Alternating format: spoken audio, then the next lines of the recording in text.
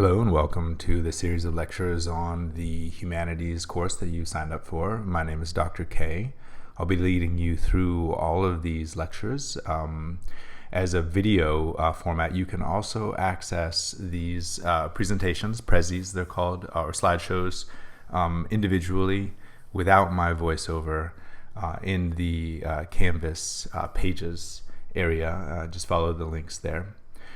What these lectures are intended to do is to walk you through the material that we'll be discussing and dealing with the basic concepts that you'll be reading about in the course textbook, which is found on Top Hat and has integrated homework. So we're not going to be doing any of the homework questions or dealing with that, but we are going to be addressing all the material that includes the material asked about in the homework. So if you have confusions, you're not sure about some of the issues, some of the concepts that we're discussing here, then these lectures are really for you. They should clarify these problems and give you enough tools so you can start to think your way through what will turn out to be, I hope, a very interesting set of discussions that aren't just abstract philosophical issues, but ones that will apply directly to you in your own life. And the first place that we want to start with this discussion in Chapter 1 is the wonderful lecture given by David Foster Wallace, an author who wrote fiction as well as essays and who passed away in 2008. Before that, though, he gave the commencement address at Kenyon College, in which he gave what is now a famous talk called This is Water.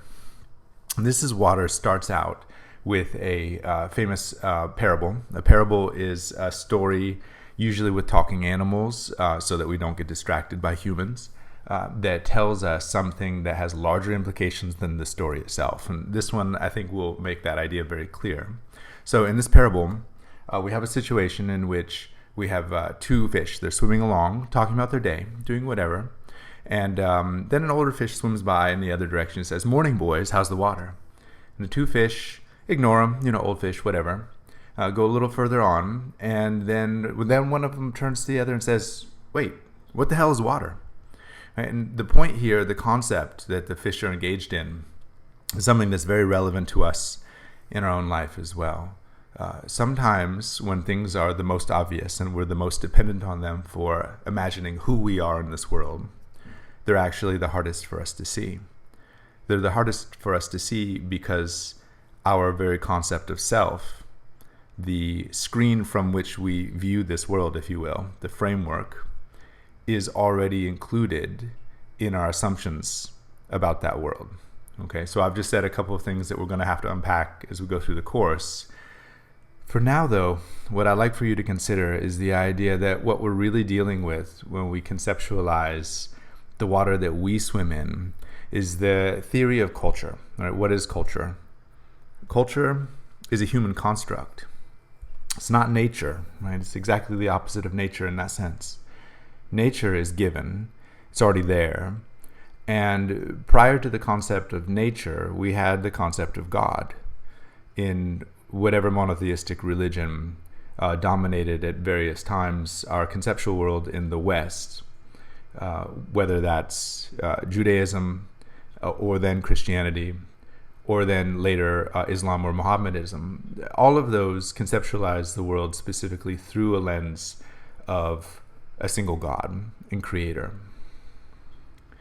With the scientific revolution in the 1600s, 1700s, that notion of God shifted towards the concept of nature that we now have.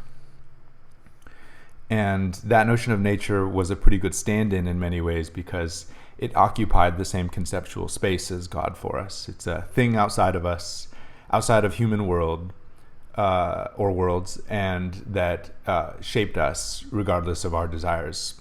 What culture does as a conception, and which becomes more and more important with the advent of modernity, starting in the 1800s up until the 1900s, even until our current moment now in the 21st century, so the 18th, 19th, 20th centuries are the major periods of development of this concept of culture after the scientific revolution. What that notion of culture really does, and this is extraordinary, is it helps us to imagine the idea that humans are creating the world that we live in. right? And the reason that that's so different than either God or nature is that it puts us in the center of the universe, but in a way it also decenters us, because it makes us realize that we are doing things to ourselves and each other that we don't always understand, and yet they're emanating from what it means to be human. Right? So the concept of culture is in many ways for us in this class, in our conception, the world that we live in now, that is the water that we swim in. We live, for example, in cities or urban spaces that are entirely shaped by humans, don't we? Right? Every single thing around you has been touched by human hands, manufactured for an intention, put there for some reason or some idea, and it's all been done by humans. Right? How we shape the world now has become global. We touch almost every aspect, every surface, every structure that we live with, by, and through. And what that means for us is that, on the one hand, we're making this world, and on the other, we have to grapple with the implication that even though you and I individually don't always feel that we're the ones in control, we nonetheless, as a group, are actually effectuating, creating this space. Okay. So typically in our classes, right, in the humanities, but other classes as well, we don't imagine ourselves as doing philosophy.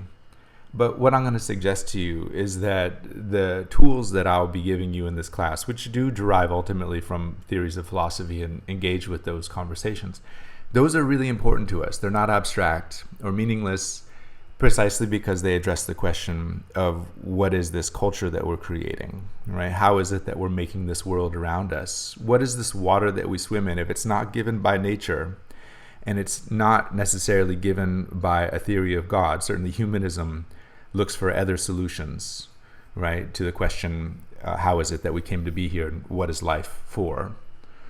Then we have to turn to this idea of culture, and we need to really investigate it. Okay.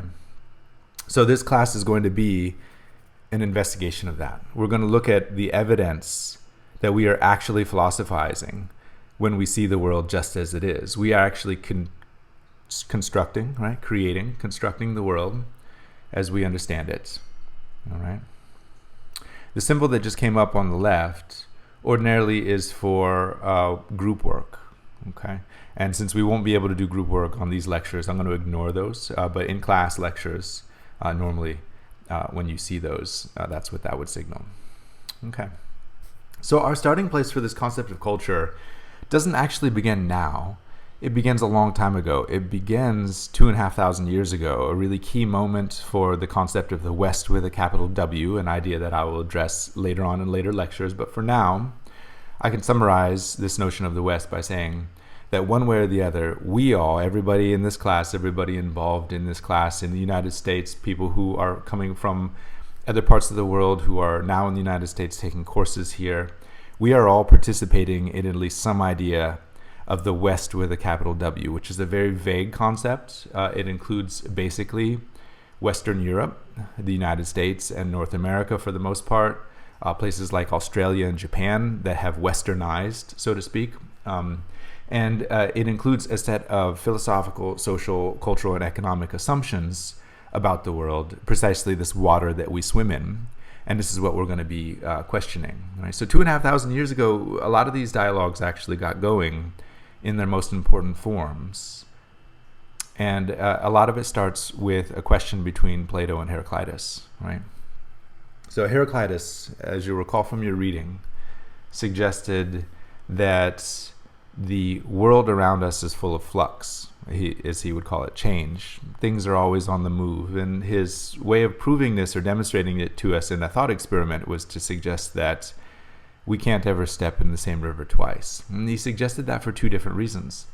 One is that when we step into that water, the water has changed from yesterday, hasn't it? Right? And the pebbles at the bed of the river have moved along, and the fish have moved around in that area, and the plants that are growing there have grown a little bit or died a little bit. Everything around that river has changed. But then the other part, and this is very important, and sometimes it's overlooked in Heraclitus's philosophy, the other part is that he pointed out that the person who is stepping into that river has also changed. right? And that's all of us, right? So since yesterday, have we changed? I think the tendency culturally is to say, no, we haven't, right? Since yesterday, nothing important at least has changed. But let's take Heraclitus seriously for a second, because this will be our major counterpoint to that idea that we don't actually change over time, or not in the most important way. Right? Things have changed about you at the molecular level. Of course, you've eaten some things, you've excreted some things, you have grown a little bit one way or the other, in the sense that your cells have changed. Some of them have died, some of them have grown and been born. And your body is full of this kind of very small level change, but also things about you have changed since yesterday in that larger sense that you conceptualize as yourself. You're wearing different clothing, I hope, and your body has changed in all kinds of ways. You've washed, right? You've taken a shower. You've done different things. So if you went to the gym or went for a run, then maybe you feel your muscles are sore today where they weren't yesterday. And what that means is actually that your body is changing, and you get these signals from that. Maybe you're tired this morning or this afternoon and you weren't yesterday, or vice versa, right? What does that mean? What are all these small changes that we're always ignoring around us? And what's the payoff of ignoring those small changes? And that's really where the most important figure of this entire set of lectures comes in, a Greek philosopher named Plato. In fact, in many ways, he defines the very concept of philosophy for us for 2,500 years, up until the 20th century, in which we get this major shift towards the idea of culture. So Plato's counterposition to Heraclitus is the concept that we are always the same, right? That everything around us is what it is because it has an essence. It has an essence in a way that allows us to see through these superficial changes to something that's more fundamental. That more fundamental thing, that essence, has a specific word in Greek, which you'll encounter in your reading. It's called eidos. Eidos is the root word for two really important word concepts in our culture, which I'll come back to again and again. One of them is idea. So when you think you have an idea in your mind, that really is a concept that comes from Plato. And ideal. And those two words actually originally were the same. They don't separate until much later, long after Plato is dead. And the reason that they don't separate at first is that they're conceptualized originally in the same way. For Plato, an idea is an expression of the ideal essence of a thing. Right? How else could you know, he argues, and I think this is very interesting, how else could you know what a thing is unless you have in your mind an ideal of what it could be, that then you consistently apply to that thing in a way that allows you to ignore those differences. So for him, for Plato, superficial, unimportant, insignificant differences. So when you, for example, see a car, you have no problem understanding this is a car, but even if it's red and small and you see something that is blue and large also driving on the road, you don't get confused and say, well, are these two things the same? For Plato, you have some essential concept of what a car is, and you're able to apply that to all of these insignificant differences around you. And this leads Plato to a really interesting and very strange conclusion, but one which follows closely on this philosophy, and one which I would argue in our culture in some ways we still hold on to. That the only true reality, therefore, in this otherwise changing world that we live in, actually exists in our minds. It's the ideals that we have in our mind, Plato would argue, that makes the world what it is. You can see how contrastive this is to Heraclitus, right? Heraclitus, I think, seems to have a point that things do actually in reality change when we stop and think about it. Nothing today is exactly the same as it was yesterday. And it will not be, we can guarantee, it will not be the same in the future. But Plato also seems to have a really interesting point, and one that I think in some ways has more payoff for us, right? We get better results from this theory. That, yes, of course, things around us change, but those aren't the important things. The things that really are important are what we can call an essence. And while we can't taste or touch or smell or test this essence, it's not available to scientific examination. while we can't really do those things, we still tend to like the idea because it holds the world together a little bit. I mean, imagine what a Heraclitean world would actually be. A little bit scary, right? Everything's changing all the time. Identity is hard to fix. And when we walk out, for example, to our car at the end of the day, after taking classes, are we sure it's still our car? And, when we go home and see people that we love and know very well, are we sure that they're still the same, or have they changed in some fundamental way, right? So the idea that you're never in the same river twice is very destabilizing, even though perhaps it's a better description in a detailed way of our reality. It doesn't really have the same payoffs that Plato's concept of eidos, or form, reality, right? This underlying essential reality has for us.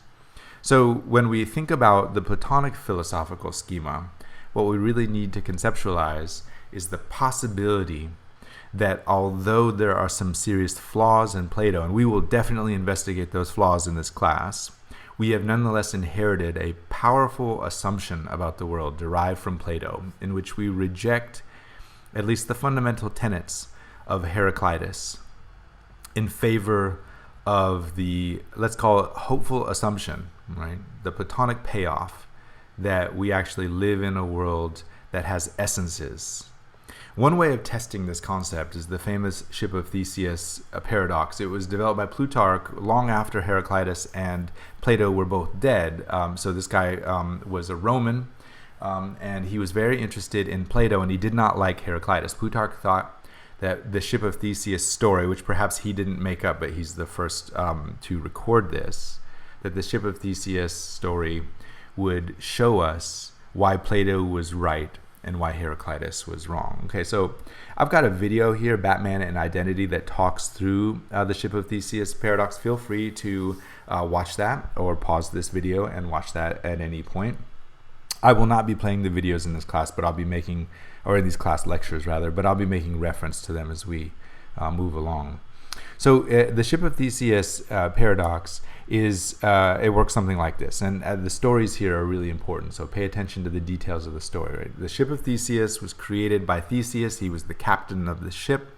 The ship was built for the purpose of sailing around the Mediterranean, right, the known world at that time. And it sailed and sailed and sailed. It was very successful. It went from harbor to harbor. But as it did, it experienced that Heraclitean change, right? The planks would rot from the seawater after a while and had to be replaced. In the storms, the sails would rip and they had to be replaced. They would pull into a harbor and one sailor would get off and another one would be hired, and so on.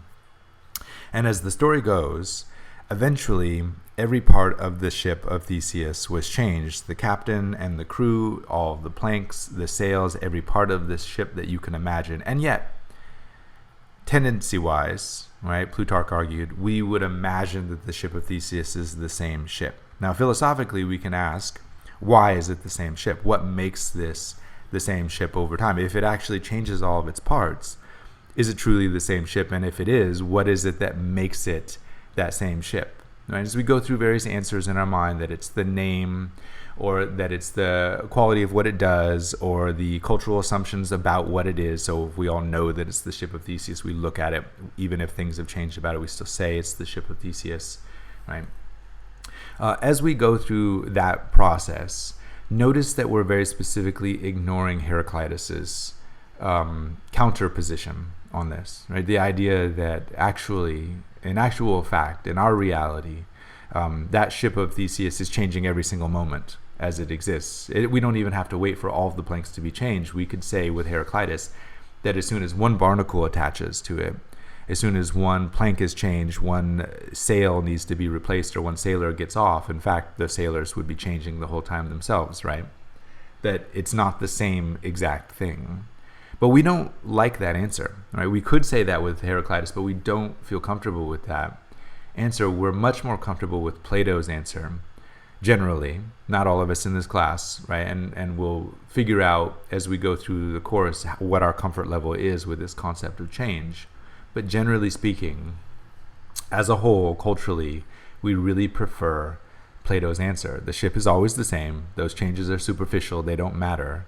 And as we imagine these kinds of superficial changes, we can start to apply them not only to an abstract philosophical discussion like the Ship of Theseus, but also directly to ourselves, right? Who are we? When we wake up each morning, of course, we feel that we're the same person too.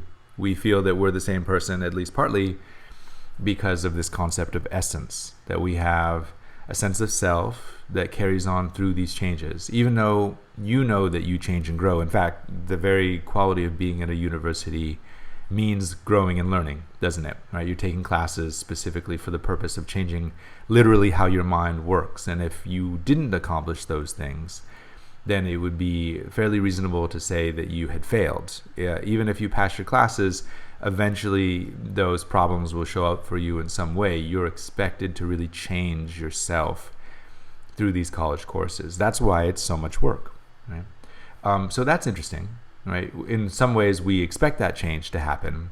But on the other hand, we want it kind of both ways, right? We want to say we're still the same person, even as we change and grow. We're going to have to make up our mind between those two because they're non-compossible. They don't coexist.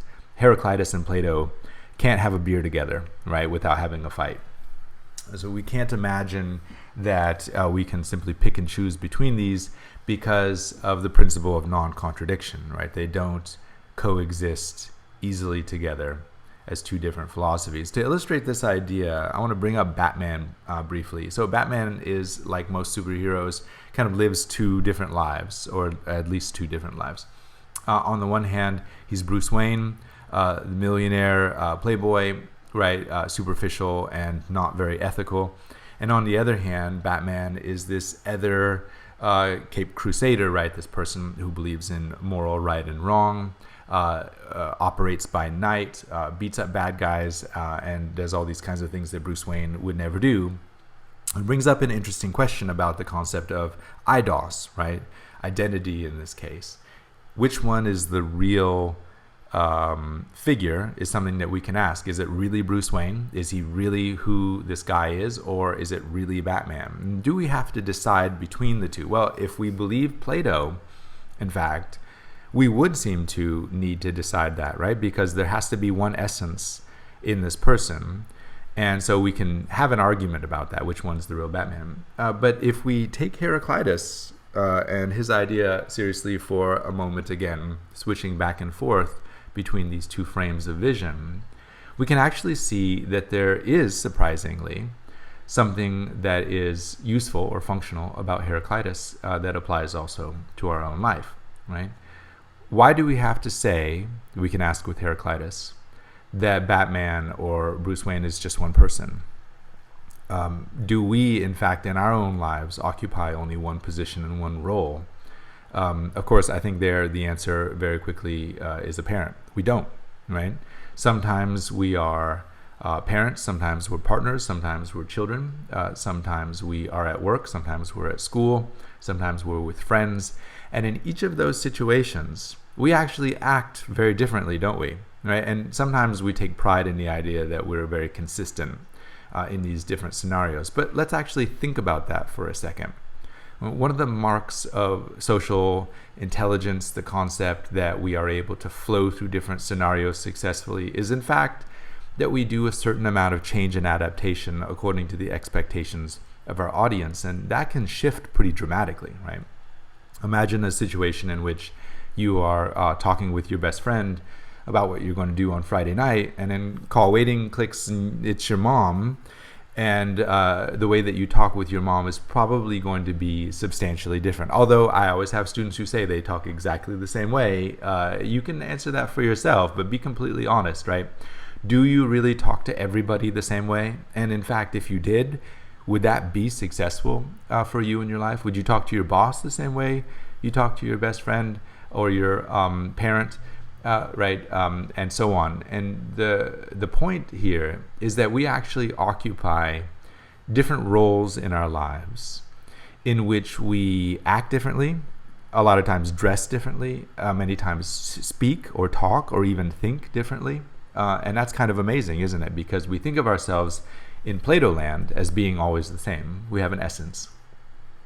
And yet we're disturbed when we really consider the fact that in a certain sense, and I'll get into this later on, we're lying, right? We're lying in the sense that we're presenting something that is not about this consistent Platonic fascination with essence, but in fact, we are making do. We're stepping into the water each time, seeing what those differences are and responding to those in ways that actually are fundamental, not superficial, or at least the argument could be made pretty strongly there that what we're doing is significant.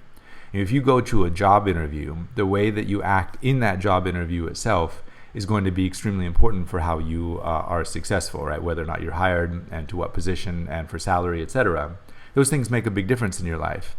But it's strange, right? Because when you go to that job interview, in a way, everybody knows that it's artificial. You're dressed in a specifically professional way. You're acting and speaking in a way that's maybe a little bit artificial, right? You speak in complete sentences as best you can.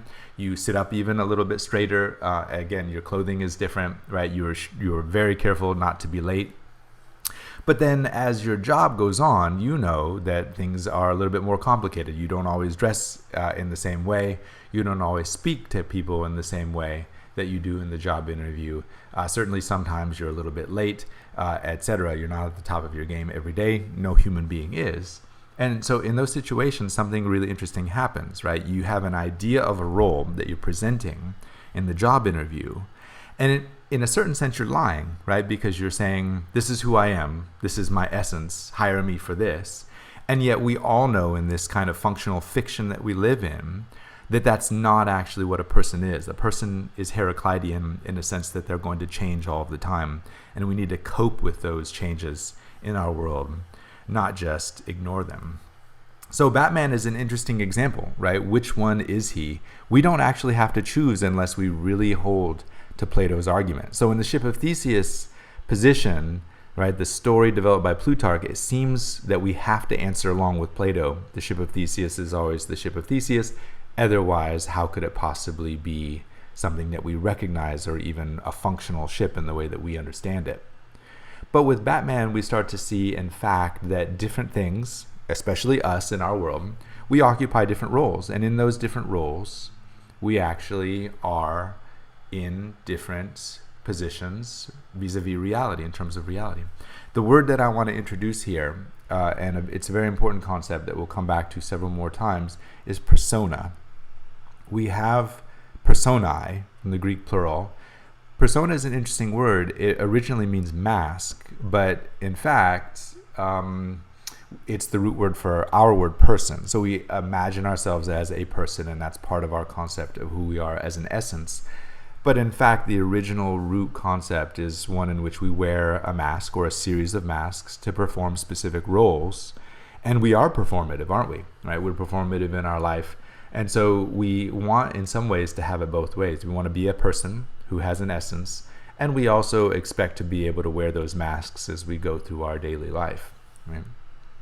An explanation for Heraclitus's theory and how it's functional has come down to us into the 20th and 21st centuries as constructionism. So we no longer talk about Heraclitus. He did lose that philosophical argument, but we do still talk about Plato and Platonism. And so to counterposition Plato's idea, we're going to introduce constructionism, which is a fairly loose concept.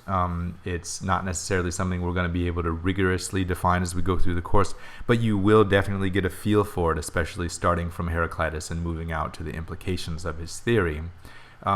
So there's a simple way to state it, and then the implications are huge. We'll spend the entire rest of the class really talking about Plato and constructionism and the implications between them and how they impact on your daily life and your concept of self.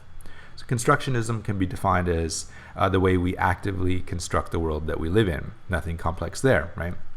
And it can be contrasted specifically to Plato's essentialism, and sometimes I'll be referring to Plato for shorthand, and sometimes I'll be referring to essentialism, the broader philosophical constructs that come from Plato and his philosophy. So essentialism believes in nature. Remember that concept of nature that I talked about earlier, right? The idea that certain things are natural and normal, other things are not, right? So the idea that certain things can be abnormal or outside of the framework of what we are as humans is actually a powerful and important implication stemming from Plato. if we're sure about what it means to be human, and of course we do need to have some sort of stable definition, right, if that's going to be our essence, then anything that does not fit in that modality, that model of what it means to be human, those things actually tend to be defined as not human. And if your antenna is up here in terms of our concept of culture, right now, the one that we live with now in the 21st century, you probably have already intuited that this is a major, major choice that we make in life. Who's in, who's out, who's self and who's other, who's like us and who's different, who's okay and who's not, who is accepted and who is rejected. These are powerful concepts, and they really shift according to the way that culture itself changes. And that's pretty remarkable. Social constructionism, on the other hand, simply says that because we construct the world that we live in, there is no nature or normal or abnormal, right? And that doesn't mean that there are no guidelines. It's not a free-for-all per se, but it does mean that we need to investigate the parameters by which we are making decisions about what is natural, normal, true, real. And to realize, as one of our starting assumptions in constructionism, that we are the ones who are in charge of that process of deciding what reality is, how it functions, and what the implications are of those decisions.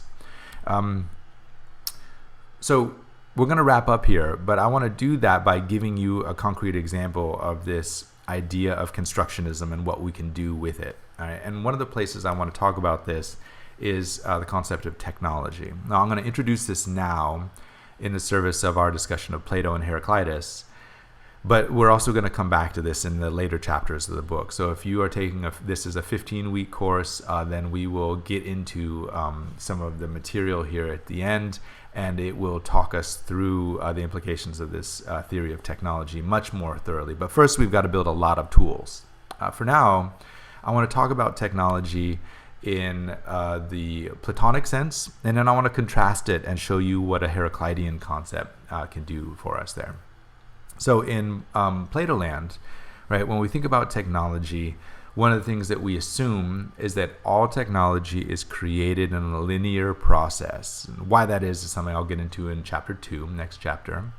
That we are in a world of progress, and as we invent these technologies, we move forward in a way that allows us simply to intentionally create things that will improve our lives, right? One of the famous examples that we have of this right now is the concept of computers and computing, internet, etc., connectivity, smart devices, what have you.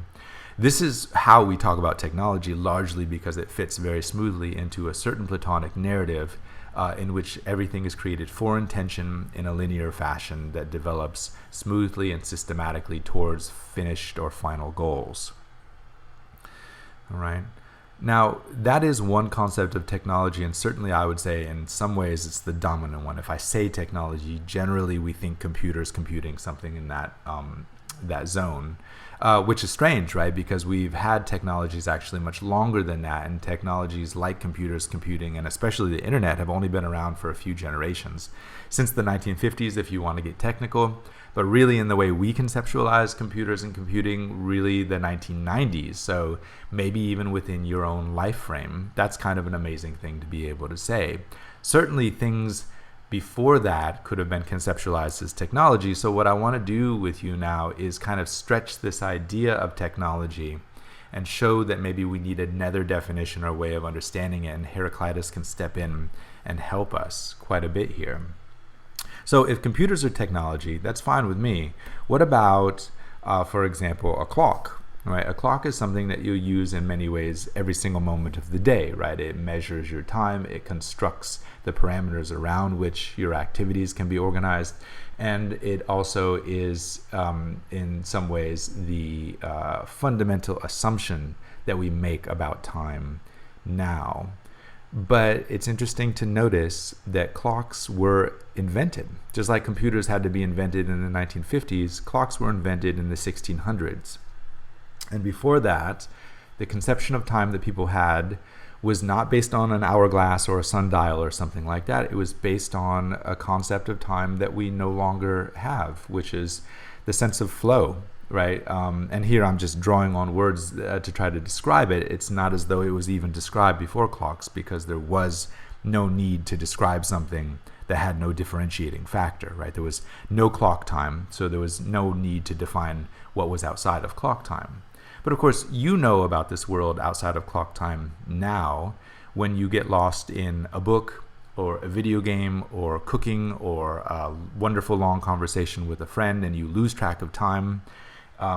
Then what's happened there is you've gotten into that flow, right? That experience in which what you're doing itself is the activity and the experience, regardless of the amount of time it does or doesn't take. Sometimes it can be very short, sometimes it can be very long. We could find that these things kind of unpack. If, like me, you've ever been stuck in a long, boring lecture, it's amazing how slowly the time ticks by, right? So we do know that our experience of time is relative, and yet clocks give us an objective outside measure of that time that changes everything, right? Think about how the technology of the measurement of time through clocks actually is interwoven in our lives, our work, our class schedules, the implications of our responsibilities all devolve from the clock, right? When is dinner time? When do we need to be at this meeting? How long do we have to complete this task, assignment, project, what have you? All of these things are built around some notion of the clock, and extending outward the concept of calendrical time, right? The calendar, days, weeks, months, years. All of these really shape and control our idea of what time is and how it works for us. But that had to be invented. So coming back to the concept of culture, one of the things we can start to say is that culture creates technologies. So of course that means humans are creating those technologies. But then those technologies turn around and change us, right? So at the beginning of this class, this lecture, I suggested to you that culture is something that we both do, but also that changes us. And now we can start to maybe concretize this, see this in a specific set of models here. We live by clock time. We can't uninvent or ignore clock time. It's there, right? It will be there for the foreseeable future. And it is a cultural construct, right? There is no nature that devolves into seconds and hours and days. We simply have constructs in which we imagine these things, right? Why they're important and how they're important depends on the culture that we live in and how they work, right? If I'm celebrating Ramadan, then I fast while the sun is up, and when the sun goes down, it's time to eat, right? If I celebrate Thanksgiving, then the clock time, the arbitrary clock time, says that, you know, whatever your family tradition is, whatever your local culture is, right? Maybe noon, maybe 2 o'clock, maybe 4 o'clock. I've done all of those Thanksgiving times successfully. That's when you eat. So something according to the clock. And then if you're like me, after you eat Thanksgiving dinner, then you like to watch football. And football, of course, as you know, is entirely constructed on the clock, isn't it? Right? Everything is according to the seconds as they click down in a 60-minute game. And you're not allowed, except for under specific circumstances, to go beyond that or to stretch that time in any way. Think about that in contrast to a game like baseball, which is becoming much less popular these days, which very specifically was born outside of that framework of a fixation on clock time. Right? It's a pastoral sport, you might say. It just goes on and on forever. How long does the game last? Well, as I always have to tell my relatives to their annoyance, it lasts as long as it lasts, right? You can't guarantee that it'll be over in a certain time. This has been a problem for television, right? Which wants to market things specifically according to a time framework, right? They can't just have things lasting for 5 or 7 hours. So we've tried to change the game of baseball to mimic a little bit more this clock time that we're looking for, but we see this struggle in almost everything. Even our entertainment, right, has a certain time frame for itself. Our celebrations and holidays do as well, but culturally, there's no necessity for that, right? Whether we're celebrating Thanksgiving or Ramadan or watching football or baseball, these differences show up in the way that we conceptualize our technology of time. Here's another one that I think is equally fundamental, right? Not just the pencil, of course, but the idea of writing, right? The idea of writing. Writing was a new invention 2,500 years ago when Plato was around. And he was actually pretty suspicious of writing. He thought that it would, and this is interesting, right? It would mess up our memories. That instead of remembering things, we would write them down. And of course, now you probably would agree with that to a certain degree, right? We don't remember telephone numbers or our class notes or our shopping lists without having them written down on something. And that dependency for Plato is really telling, right? Because he thought that one of our essential attributes, one of the things that make us who we are, is our native memory, if you will. I'm not sure what native memory is supposed to be, because people have different memories, and memory is a pretty unreliable resource, as we'll discover later on in this class. But certainly writing things down is a way of externalizing that memory. And that brings us to lesson number 2 about our concept of technology, that when we develop a technology, a lot of times we externalize something outside of our bodies, right? We develop a prosthesis, right? A prosthesis simply means a replacement for something that we had before. It doesn't mean that that thing that we had before is better or more natural necessarily. We might choose to have prosthetics, as in plastic surgery. But on the other hand, it does change how we function and what it means to be us, right, at that time. So we can think of writing as a prosthetic memory device. And I'd invite you to start to do that, to start to think of technology as prostheses that extend our bodies outward into our world in complex ways. What that does, and what it reminds us of in Heraclitus, right, is it shows us that we are actually not a fixed and stable entity, that we have been inventing technologies for a really long time now that change what it means to be human, in the sense that it externalizes something about us, takes something that was supposed to be inside of us, natural, normal, native, and it shows that in fact it's not. It can be constructed. And fascinatingly, we all prefer those constructs by and large, right? I don't think anybody wants to try to remember everything in the way that Plato would have. But instead, we have a situation, a context in which our imagination about how we think of ourselves ignores those externalizations. We hold on to the notion of essence despite this. So moving down this chart, if we think about shoes, that's an externalization of what? Well, probably of it's a number of things, but most basically our calluses, right, on our feet. If we ran around barefoot all the time, we'd probably have great calluses, although we do know that there are some health implications to not wearing shoes, right? It can be dangerous. But shoes are basically a thing you put on your feet so you can use your feet any way that you want, externalized calluses. Going back much, much further, right, in the evolutionary tree, what about the opposable thumb, right? The thumb that you see down there is specifically opposable in the sense that it can be opposed to the fingers, and that allows us to do something very important, to grasp things, right? So this is another important lesson about the concept of technology. What if technology doesn't only come through human intention? What if it comes at least partly through accident? And this is interesting because it not only applies to evolution, like the development of the opposable thumb, but in fact, if you closely study the history of all technologies, even ones that we think we are intending to create or make, most of those come through some sort of accidental discovery, the combination of one discovery with another somewhere else in another time and place that changes dramatically how we use something.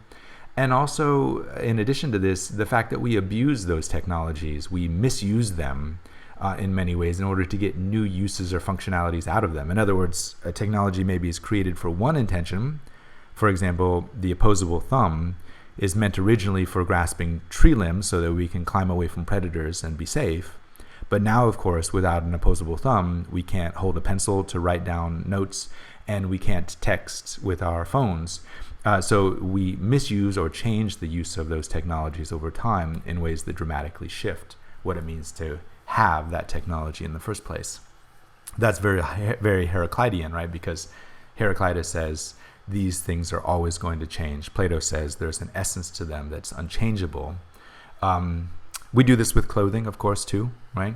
And here's the fourth implication of the idea of technology, is that it is subject to arbitrary cultural developments. Clothing is not only a form of shelter, it's extremely important for our health and well-being, of course, keeping us warm and whatnot, but it also is a kind of fashion, right? It signals beyond its specific functionality. And this is true of most technologies as well, is that they are subject to cultural representation. And we'll talk about what that means later on. So I wonder if you'll go here with me, and this is interesting, right? If you look at this beautiful creature here, this leopard, you see that it has perhaps what we can call technologies too. And the reason this is a jump is that we think of humans as operating technology for an intentional purpose, right? We're the ones in charge. But of course, we can start to think of everything around us, even non-living things, if we want to go that far, as having technologies, in the sense that they have skills, abilities, qualities that change how the world is and looks for them. And that's an idea that I'll get into when we talk about ethology in the next couple of chapters. But for now, just conceptualize this, right? This leopard has soft padded feet so that it can stalk prey. That's an evolutionary change, something akin to the opposable thumb, right? That changes how those extremities work. It has claws that are retractable. It has fangs, right, that are specifically strong enough to kill its prey. It has really powerful forelegs for climbing and getting up above its prey to pounce. It has camouflage. It has a nice warm, water-resistant, oily coat that helps it in the wild, and so on. All of these things could be conceptualized. You don't have to, right, do this, but you could conceptualize these as technologies too. And it raises a really interesting fundamental question that we'll pause with here. We'll end this lecture with this, right? If a technology can be defined as what changes the world for us, then how are we going to conceptualize the us, the humans that are supposed to be behind this technology and operating that? So let's think about that a little bit. Let's think about how that works with Plato, and let's think about how Heraclitus might have a good description here of this idea of technology in relation to culture. And I will see you back in the next lecture.